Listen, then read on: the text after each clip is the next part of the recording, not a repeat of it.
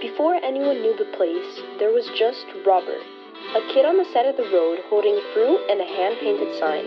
He wasn't trying to build a landmark, he was just sharing what he had, standing in the same spot day after day, letting people decide to stop.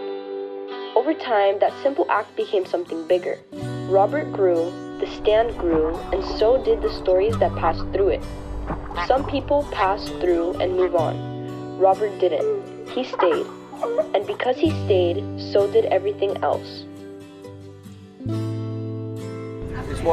It's afternoon. My name is Robert, and I own the stand.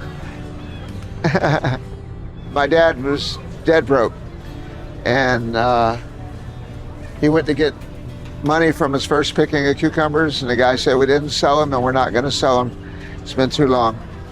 So he said, what are you gonna do with it? We're gonna dump your cucumbers. So he said, no, I'll come back and get them. He went back and picked up his 400 bushel of cucumbers, dumped them out, and used the boxes to pick the second picking of cucumbers. And then he put me out here right where we're standing. It was just in front of where the sunflowers are. A piece of plywood, 4 field crates, and nobody stopped. So he came and picked me up, and my mom told him the next day, which was Sunday, you better do something to make him more visible. So, but that's the first sign. He put up a big sign telling everybody that I was here, and I sold out and walked home. You know, everyone tells us this place is a gold mine, but you look at my hands, it's more like a coal mine. You know, I have that 80-year-old man and I'm 40. You know, we've been working, doing the same things that my father started out of necessity, selling the cucumbers. And now, you know, here we are, a destination. We're seeing generations after generations coming on their way to the Keys. When they rent a home for a week, they'll stop along the way at Robert is Here and grab a milkshake and pick up produce to, you know, supply them for their needs throughout the week.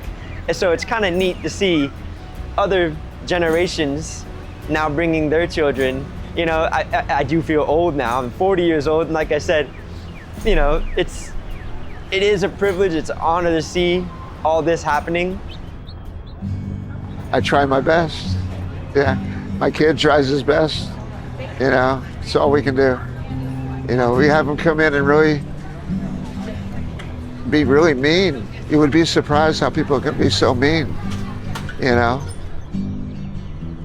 Sacrificing family time, personal family time, you know, missing the baseball games, working, you know, sometimes you're home in time for dinner, sometimes you're not. Sometimes you can go to baseball practice, most times you can't. So really trying to find a balance with that, you know. Now that I'm 40, now that I have a 9-year-old, and you know, my wife, she had ovarian cancer.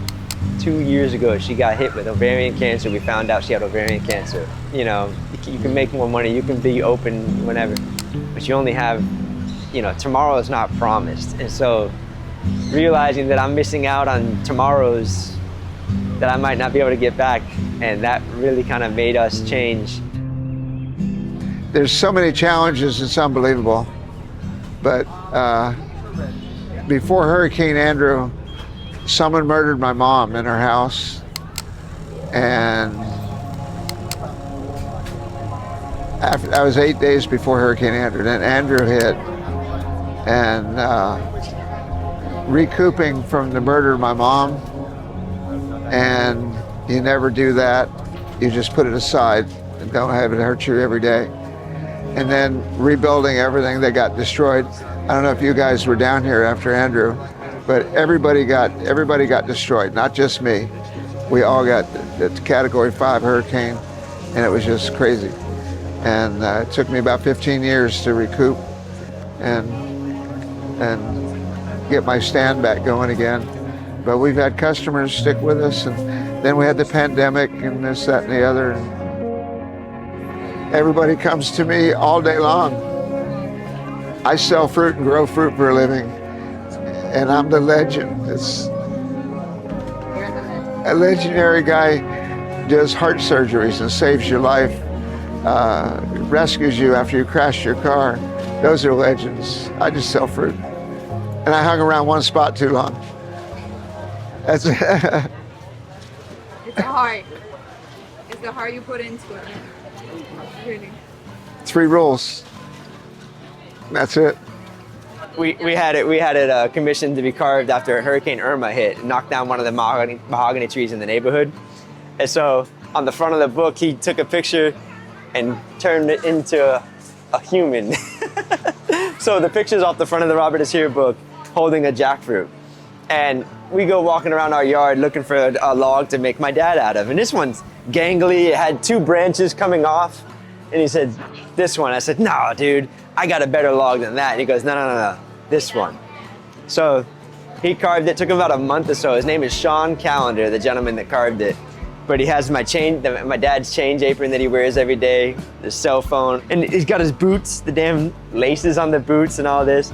And so Robert is here, and Robert is still here. But one day my dad won't be around, and we're gonna have him cremated, and we're gonna put the ashes in the top and have Sean carve out a pocket or a cavity in the head and put the ashes in there, so Robert is here will still be here.